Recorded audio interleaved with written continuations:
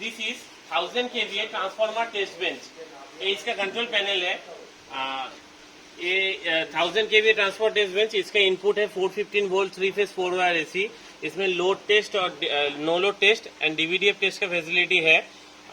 और यहाँ पे हाई वोल्टेज टेस्ट का भी फैसिलिटी है, 30 kV AC up to 100 milli ampere. और इसमें एसी और एसआर मोटर मतलब for DVDF testing 10 HP and 25 kVA का कैपेसिटी का है। और ये जो पैनल है इसमें ये सब डिजिटल मीटर है। यहाँ पे ये इनपुट साइड में वोल्ट मीटर है, ये हाई वोल्टेज का kV meter and milli ammeter है। यहाँ पे डीवीडीएफ साइड का तीनों एम मीटर, एक वोल्ट मीटर और एक फ्रीक्वेंसी मीटर है, जिसमें 50 एंड 100 हर्ट्ज दोनों ही वैल्यू दिखाएगा। ये माइक्रोमीटर है, ये 3 फेज पावर एनालाइजर है। This is actually resistance meter and ये 3 फेज पावर एनालाइजर और एक ट्रांसएक्शियोमीटर है। और यहाँ पे हर एक सर्किट में प्रोटेक्शन के लिए एमसीबी लगे हुए हैं। ये मेन स्विच का एमसीबी है, मेंस एमसीबी है। ये लोड नो लोड ऑन का एमसीबी है। ये तीनों बेसिकली डीवीडीएफ साइड का एमसीबी है। एक एसी मोटर इनपुट ऑन के लिए, एक एसआर मोटर इनपुट ऑन के लिए और एक एसआर मोटर आउटपुट ऑन के लिए। और यहाँ पे इसका कंट्रोल का ऑप्शन है। जब हम लोग किट को चलाएंगे, बेंच को चलाएंगे, तब वो उसका ऑपरेशन भी दिखाएंगे। यहाँ पे ये डीवीडीएफ एंड हाई वोल्टेज दोनों टेस्टिंग के लिए डिजिटल टाइमर लगा हुआ है। और ये जो स्विच है यहाँ पे, इसमें बेसिकली डीवीडीएफ और लोड नो लोड सिलेक्शन का ऑप्शन है। तो और यहाँ पे डीवीडीएफ टेस्टिंग का मोटर जनरेटर है, मोटर जनरेटर सेट है। वो वाला एसी मोटर है और ये वाला एसआर मोटर है, जो जिससे बेसिकली डीवीडीएफ का वोल्टेज निकलेगा। और यहाँ पे ये डिमर है 60 एम्पियर 600 वोल्ट का डायरेक्ट डिमर है। इससे हम लोग लोड और नो लोड टेस्टिंग के टाइम में इससे इसका वोल्टेज निकलेगा इससे। और यहाँ पे हाई वोल्टेज ट्रांसफार्मर है, ये 30 kV 100 मिली एम्पियर का हाई वोल्टेज ट्रांसफार्मर है। तो अभी हम लोग at the very starting main switch जो है इसको ऑन करेंगे।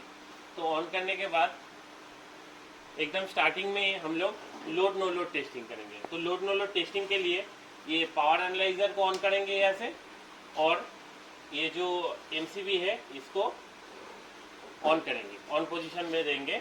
और यहाँ पे देखिए ये जो स्विच है ये लोड नो लोड पोजीशन में ही है, और अगर नहीं है तो अगर दूसरे पोजीशन में भी है तो इसको लोड नो लोड पोजीशन में हमें रखना पड़ेगा टेस्टिंग के टाइम। तो अभी ऑन हो गया, पावर एनालाइजर भी ऑन हो गया। यहाँ पे हम लोग वोल्टेज और करंट एक साथ भी देख सकते हैं तीनों फेज में, फेज टू न्यूट्रल में यहाँ पे। तो स्टार्टिंग में हम यहाँ से कंट्रोल को ऑन करेंगे, और उसके बाद ये जो टॉगल स्विच है इसको इनकिस पोजीशन में देंगे और आउटपुट को ऑन करेंगे। तो आउटपुट को ऑन करते ही ये लैंप जल जाएगा, और फिर इसको अगर प्रेस करेंगे तो ये ऑटोमेटिकली वोल्टेज पावर एनालाइजर में दिखाएगा। आप देख सकते हैं पावर एनालाइजर में धीरे धीरे वोल्टेज बढ़ रहा है।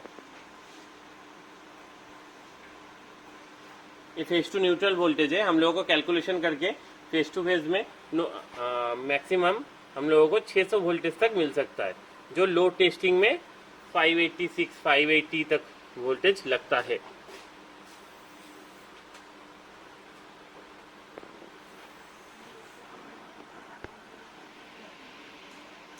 इसको हमें प्रेस करके रखना पड़ेगा, प्रेस टू इंक्रीज को प्रेस करके रखेंगे तो यहाँ पे धीरे धीरे ऐसे ही वोल्टेज बढ़ता रहेगा।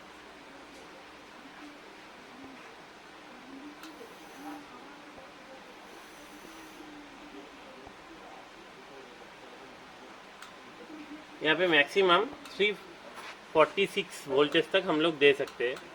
बेसिकली 330 के आसपास वोल्टेज तक हम लोग दे सकते हैं यहाँ पे।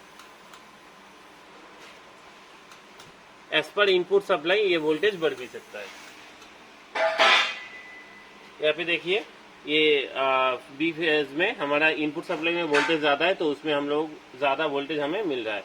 और एवरेज वोल्टेज देखना है हमें फॉर 575 वोल्टेज 330 वोल्टेज तक हमें चाहिए। ये 333 तक आ रहा है क्योंकि इनपुट सप्लाई में वोल्टेज थोड़ा सा कम है, 400 वोल्टेज है। ये अगर 440 वोल्ट रहेगा तो हमें और भी ज़्यादा भी मिल सकता है। तो ये बेसिकली लोड और नो लोड टेस्टिंग में सेम प्रोसीड्योर है। नो लोड टेस्टिंग कंप्लीट होने के बाद हम लोग यहाँ पे इसको डिक्रीज पोजीशन को, इसको टॉगल स्विच को डिक्रीज पोजीशन में देंगे तो ऑटोमेटिकली यहाँ पे धीरे धीरे धीरे धीरे वोल्टेज घट जाएगा, 0 तक चला जाएगा। तो 0 तक जाने के बाद हमें पहले पावर एनालाइजर को ऑफ करना है, फिर लोड नो लोड के एमसीबी को ऑफ करना है।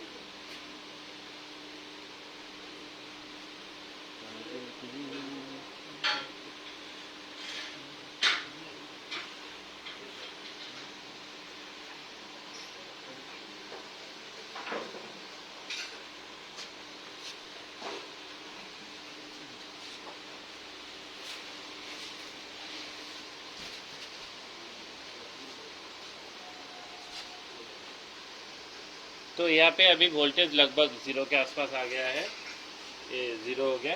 तो हम यहाँ से आउटपुट को ऑफ करेंगे और फिर लोड नो लोड का जो एमसीबी है इसको यहाँ से ऑफ करेंगे और पावर एनालाइजर को भी ऑफ कर देंगे। इसके बाद हम लोग करेंगे डीवीडीएफ टेस्ट। तो डीवीडीएफ टेस्ट में क्या करेंगे, स्टार्टिंग में एसी मोटर को, डीवीडीएफ के लिए एसी मोटर को ऑन करेंगे पहले। तो उससे भी पहले हम ये जो स्विच है इसको डीवीडीएफ पोजीशन में देंगे, डीवीडीएफ टेस्ट का पोजीशन में देंगे नीचे। उसके बाद फिर पहले एसी मोटर को ऑन करेंगे। एसी मोटर को ऑन करने के साथ साथ हम यहाँ पे एसआर मोटर इनपुट को भी ऑन करेंगे और एसआर मोटर आउटपुट को भी ऑन करेंगे। तो एसआर मोटर आउटपुट को ऑन करने के बाद यहाँ से आउटपुट में प्रेस करेंगे और इसको इंक्रीज पोजीशन में देंगे और प्रेस टू इंक्रीज में प्रेस करने के साथ साथ यहाँ पे देखिए ये वोल्टेज आ जाएगा डीवीडीएफ का और एक फ्रीक्वेंसी आ जाएगा।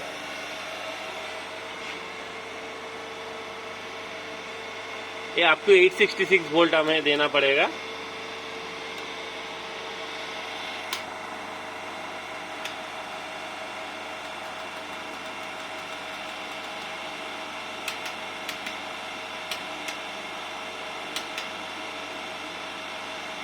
तो यहाँ पे 866 वोल्ट हम लोगों ने दिया है और यहाँ पे 100 हर्ट्ज फ्रीक्वेंसी आ गया है। तो 866 वोल्ट आने के बाद हम यहाँ पे टाइमर को ऑन करेंगे और यहाँ पे 60 सेकेंड्स का टाइमर ऑटोमेटिकली सेटेड है। तो ये आफ्टर 1 मिनट ये ऑटोमेटिकली फिर से वोल्टेज घटाना चालू करेगा और 0 तक लेके जाएगा आफ्टर 60 सेकेंड्स कम्प्लीशन।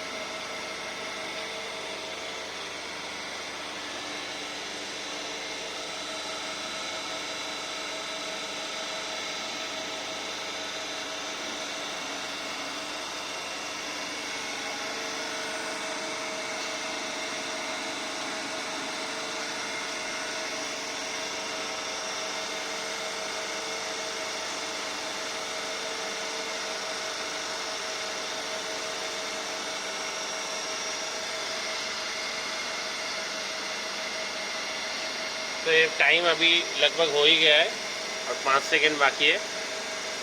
तो ये ऑटोमेटिकली ऑफ करा देगा और अभी देखिए वोल्टेज धीरे धीरे ऑटोमेटिकली घटना चालू हो जाएगा। घटते घटते ये 0 तक आ जाएगा और फ्रीक्वेंसी भी डाउन हो जाएगा।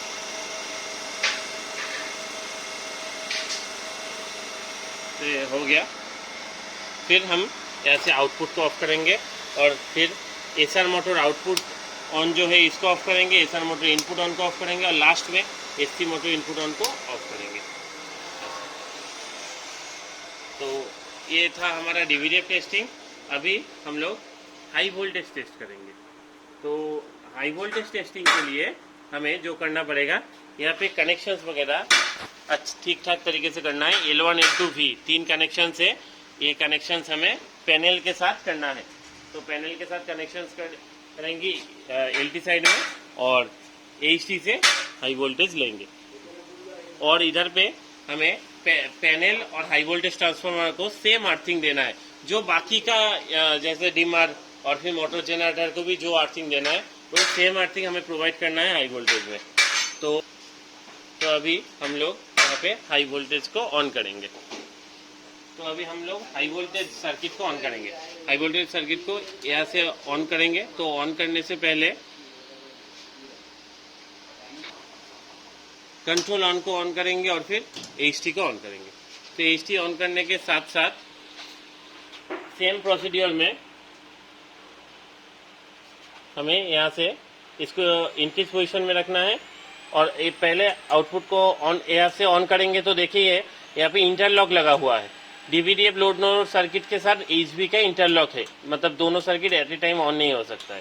तो फिर यहाँ से हम लोग प्रेस करेंगे तो वोल्टेज धीरे धीरे बढ़ेगा। सेम कंट्रोल सर्किट को ही यूज करना है हमें तीनों टेस्ट में ही। तो देखिए यहाँ पे धीरे धीरे वोल्टेज बढ़ रहा है। तो अभी 12.3 kV है, ये अप टू 30 kV हमारा वोल्टेज जाएगा। सपोज हमें 28 kV इंजेक्ट करना है कोई नया ट्रांसफार्मर में समथिंग, तो हम यहाँ पे 28 kV उठा के टाइमर को ऑन करेंगे।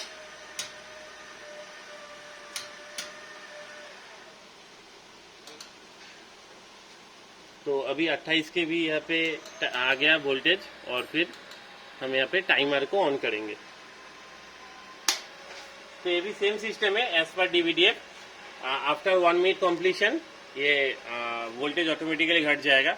और जब ट्रांसफार्मर हम लोग टेस्ट कर रहे हैं तब यहाँ पे मिली एम्पियर में मीटर में लीकेज करंट का वैल्यू आएगा, जो हमें फ्रॉम 0 to 100 कुछ भी आ सकता है। तो हमें अगर पहले से पता है कि मिली एम्पियर में लीकेज करंट, अगर हमें पहले से पता है वैल्यू, तो हम क्या करेंगे, यहाँ पे ये जो सिलेक्टर स्विच है 25 मिली, 50 मिली और 100 मिली का, इसमें रेंज सेट कर देंगे। तो अभी ये हो गया लगभग। तो ये 0 हो जाने के साथ साथ ये वोल्टेज फिर से डाउन हो जाएगा हाई वोल्टेज में भी।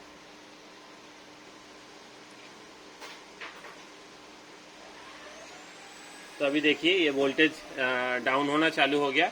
24, 21, ये धीरे धीरे 0 तक आ जाएगा। अभी 19.4, 17,